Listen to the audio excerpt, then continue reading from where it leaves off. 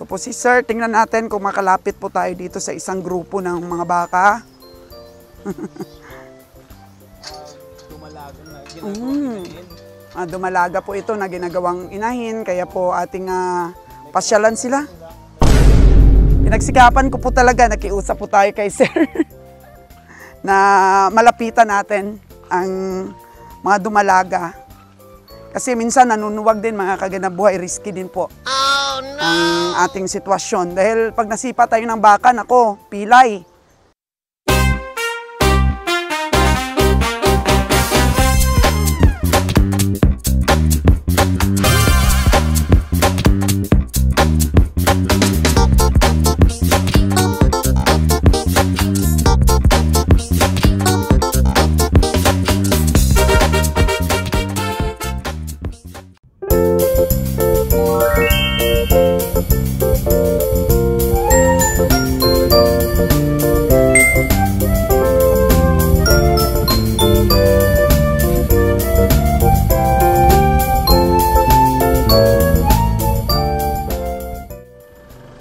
Dito na po kami mga kaganabuhay sa loading area ng ating pong 8 binili. Load na po natin sa ating truck. Medyo malayo-layo din. From Lipa City, Batangas to Calatagan. Medyo malayo-layo. 2 hours po namin itinakbo. Medyo mabilis-bilis din po ang aming takbo.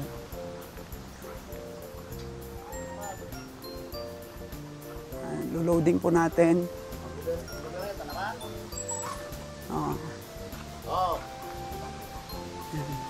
So may nakita po tayo dito mga kaganabuhay, may kabayo pala dito. So ito ma'am, hindi ito pang race ha. Pang sakay-sakay lang po dito. Kanina po, na video natin yung mga pang bolo. Po, may kabayo ng subel dito. Yan. So from everyday use lang daw nila ito. Hindi talaga ito yung nilalaro. Pero ang ganda no? Ngayon ako nakakita ng kabayong ganito kaganda ang katawan. Oh. Mahaba. So nung unang panahon po, ang kabayo po ang bida. Dahil ang kabayo po talaga ay malaking tulong nun sa mga patag-awayan, sa mga travel. Ayan. So pang service mo lang yan kuya? Pang round sa baka. Pang round sa bakahan. Ayan. Nasa ilang piraso itong pang-service mo? Bali, 4 po yan. 4. Ilang taon na po yan? 15 years old na po yan. Ito, medyo bata pa siguro ito. Ito po yung area nila ng loading, mga kagandang buhay. Galing doon. Yan, andun na po yung ating mga bakang ikakarga. Yan, ang puputi ng ating mga ikakarga. Ito po yung mga patabain na lang, mga reject po ng subel. Mga hindi pantay ang bayag. Dito na si Kabiyang Timmy at ginaguide na po niya. Ito na yung mga kagaganda eh. Ayan na. Ayan na sila Pero may mga pang-ilong na rin lahat. Ala, nag-stock sila nag-stock. Sabay-sabay kasi. Ay, naku, ang gaganda naman itong mga 8 ito. Ha? Ang gaganda. Ang gaganda. So, ganun po yun. Pagka yung bayag po natin ay hindi pantay, maliit ang isa, reject. Pero mga kagandang buhay, hindi naman po ibig sabihin na pag hindi po pantay ang itlog ay hindi po makakabuntis. Makakabuntis pa rin po. Pero napakataas po yung standard po ng subel, kaya reject po yun. Ang presyo ay napakaganda din dapat ang quality ng baka. Kunti lang po ang makikita nilang diferensya dyan, reject na po. Ayan po mga kaganda boy, napakataas po ng standard ng subel sa kanila pong ina-out na mga hayop. Kaya yan po ay assurance talaga po sa inyo mga kagandang buhay na yan po ay dumadaan talaga sa matinding check-up, sa matindi po talagang pagpili konting-konti lang po yung makita. Sabihin ko nga, parang pantay naman, pero sila po talaga, tinitingnan nila, parang pantay tingnan, pero hindi pantay. For ano na lang po ito, for fattening. So, papakita din po namin mamaya yung paglalagay po natin sa kural ni Sir Mark Lutilla. Kasi po si Mark Lutilla po ang kukuha niyan.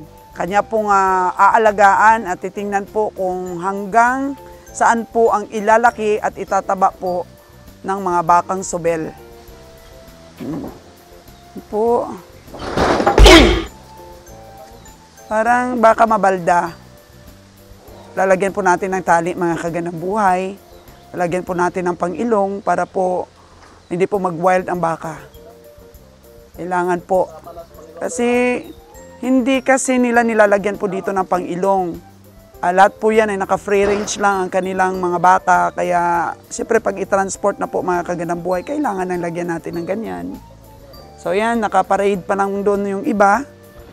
Sa 8 sila. Nakaparade po mga kaganang buhay. Isa lang po dito yung medyo maliit-liit. Medyo bata pa po mga kaganang buhay at nakitaan na po medyo maliit yung kanyang isang itlog ay nire-check na po kaagad at isahan lang po ang presyo dito. Bawi ka naman po dito sa malalaki. Sa 7 malalaki, isa lang yung medyo maliit. Ayos po yan. O yan po, napakaganda niya. Yan. Oh. Patatabain ka ni Sir Mark Lutilla, ha? Napakataba po at napaka-healthy po ng bakang ito. Ano po itsura? Ano pa lang daw ito? 2 years and 2 months. Ito po. 2 years and 2 months pa lang daw po ito, yung isa na to. Ay tanong natin kanina. Pakapugi po niya. Ayan. Ang kagadang buhay. Ayan po sila. Wow!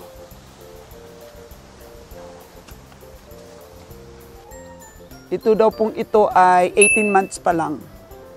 Ayan. At yung tinatalian din doon kanina ay 18 months din po. At lahat po sila yan ay kumpleto ng papeles. Wow! Binayaran na po natin kanina. Para po madala na natin kay Sir Mark Lutilla dahil ano ito siya. Talagang excited na si Sir dito sa kanyang mga baka. Nilalagyan po nila ng pang-ilong mga kagandang buhay. Medyo matagal din po pala lagyan ng pang-ilong. Ayan na. Paakyat na po yung isa, o, di ba? Success. Akyat na. Akyat na po yung isa mga kagandang buhay. So, isa pa lang po ang nilagyan ng ilong. At ito pa yung iba. Medyo oras din pula po ang gugugulin para malagyan ng pang-ilong lahat. Ganda po. Napakagandang baka po. Kaya na-inlove na po kagad dito si Sir Mark Lutilla. Excited. Sabi niya, sisilipin daw niya mamaya. So po si Sir, tingnan natin kung makalapit po tayo dito sa isang grupo ng mga baka. Ano ito, Sir, sila? Mga toro? Hindi po. Ito po ay mga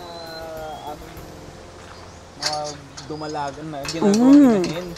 Dumalaga po ito na ginagawang inahin, kaya po ating pasyalan sila. Isang turo lang kasama nila dito, tapos yung ibang ang inahin, ilang piraso?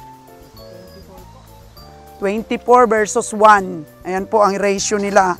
24 na inahin, tapos po isa lang na toro. No, not inahin po, dumalaga pa lang. Dumalaga. Kaya ayan po, tingnan natin yung mga dumalaga dito ng Sobel. Para po masabi naman ninyo na yung mga baka po talaga bata pa, kinakal nila pag matanda na yung hindi pa masyadong matandang mga baka, kinakal na daw nila. Kasi pag hindi daw na meet up na makapanganak bawat taon, kinakal na nila yan. So, ayan, hay pa rin po ang kanilang mga pakain, no? Oh. Hindi pa po masyadong malaki ang mga baka na dumalaga. Talagang makikita natin mga bata pa, no, sir? Bata pa talaga sila, oh. Oh. Ang mga nilalagay namin dito ay mga nag-reach na ng 300 to 350 kilos. 300 to 350 kilos. Yun ang Yung range na pinapakain range. nila dito. Ay, napo.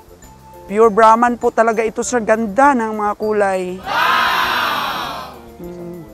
Ayan, yan. Yung bull na yan na nakaupo na may dalawang babae. So, siguro pa isa-isa lang naman niya yan, ano no? Opo. Kinakasta. Opo. Sa isang araw, isa lang rin siguro naman. Depende po sa bush. Pero po kasi talagang bull na mahilig sumampay. Oo, mahilig talaga. So itong nilagay mo na to, nakikita mo, mahilig talaga, sir. Opo. So ilang taon po? Po namin. Ilang taon po yung bull na yan? 3 years old. 3 years old. Hindi masyadong malaki. Kasi mababali yung mga inay, no? Usually talaga pag sa mga ganyan, ang ilalagay mo, yung medyo maliit-liit pa din na bull. Medyo Yung maliit-liit pa. Kasi Pabali. pag masyadong malaki yung bull mo, baka hindi kayanin nung dumalaga. Hindi talaga kayanin, sir. Ang bigat. Hindi kaya pagka sobrang laki naman ng mga dumalaga mo, hindi sasampahan ng bull. Oo, pag sobrang laki na hindi nila ka-size, namimili din pala ang bull, ano? Minsan nahihirapan po silang sumampa. Oo. Minsan gusto naman talaga nilang sampahan pero minsan hindi nila maabot. Hindi nila maabot. Sobrang laki ng Mga bata po. Lahat. Lapitan natin, sir, ng konti para makilatis ng ating mga viewers yung kakinisan ng ating mga dito. Mga dumalaga. Ayan. Ayan, ha. Kasi hindi rin po madali, mga kagandang buhay, na lapitan natin sila. Yan. Ayan po yung bull. Parang may itim-itim din na kulay sa katawan, no, sir? Oh, ganyan po talaga ang Brahman, ha. Yung, sabi kasi ng iba, puro puti daw ang Brahman. Hindi. Ang Brahman po kasi parang may itim-itim. May gray, may red. May red. Oo. So, ayan. Yan po. Buntis na. Parang buntis na ito, sir, no? Depende po. Hindi pa po namin na-check ulit. May mga bagong lagay po kasi kami dito. So, hindi pa po. Sa next palpation, pagka nagdukot ulit ako, yan. Yan. So, machi-check pala talagang buntis ito pag dinukot. Yun. Kasi sa tao, pregnancy test. Pero dito sa baka, dukot talaga. Ayan po, oh. Nasa 24 po na inahin. Tapos, isang bull lang. Ayan po, pakita natin yung bull, oh. Ayan po siya sa gitna. Ayan. Yung sa gitna. So, 3 years old po ang bull. Ayan siya. Malapitan na po nating pag-video ito, mga kagandang buhay, sa kanila pong mga dumalaga dito. Ayan, sa itsura pa lang po, nakakagana na, mga kagandang buhay. Oh. Kaya pag bumili po kayo, may i-out po sila na 20. May i-out sila. Pero siyempre, dumidiskarte po si Kabiyahing Roger kung ilan yung mabibigay sa atin. Ganito po yung kagaganda. Yung i-out nila. Di ba, sir? Ganito na kalalaki? Yes po. Oh, yan. Ganito na po kalalaki yun ang i-out. Ready to sampahan na. So, isusure ko lang, sir, ready to sampahan na yung i-out. Oh, yan. Yes. Yes na yes daw, sabi ni sir. So, dahil nga ito'y dumalaga, mga kagandang buhay, ganito na po talaga kalaki ang makukuha natin. Minsan lang sila mag-out, mga kagandang buhay, pero para lang po mapaglingkuran yung ating mga kababayan din, kagaya din po namin naging instrumento para makapunta po sa iba't ibang lugar ang kanilang mga baka, makatulong din po sa mga farmers sa breeding. Mag-out po sila ng 20. At diskartihan po nating mabuti ang ating pong mga boses dito. Kagaya ni sir, oh. Bigyan po tayo. So thank you na pagbigyan po tayo masilip ang mainahin, sir, dahil napakalaking bagay po ito sa vlogs natin. Kasi salita-salita tayo, maganda ang baka ng subel, maganda ang baka ng subel. Wala naman tayong pinapakita, di ba po? Kaya kahit mainit ang panahon, sir, kaya ni Sols yan, kahit mainit ang panahon. Pinagsikapan ko po talaga, nakiusap po tayo kay sir na malapitan natin ang mga dumalaga. Kasi minsan nanunuwag din mga kaganang buhay, risky din po ang ating sitwasyon. Dahil pag nasipa tayo ng baka, nako, pilay. Pilay. Buti kung isa lang manipa, sir, no? Paano kung maraming manipa sa iyo? Kaya kailangan, pag hindi sanay tayo, may guide po talaga tayo. Stick lang nakita ko stick lang yung hawak ni sir. Takot na sila sa stick, sir? Opo, parang normal naman po. Normal lang pa, normal. Kapag sinugod ka ng baka tapos may stick ka. Ayan na, pakita mo sir, stick mo. Napulot lang ni sir, pero okay na yun. Makapananggal lang na po sa atin. Kaya balik po tayo dito sa paglo-loading po natin. Dahil yun nga po, sabi ko sa inyo, napakataas ng standard ng pagpili po dito ng mga baka sa Subel. Kunting mga diferensya lang po.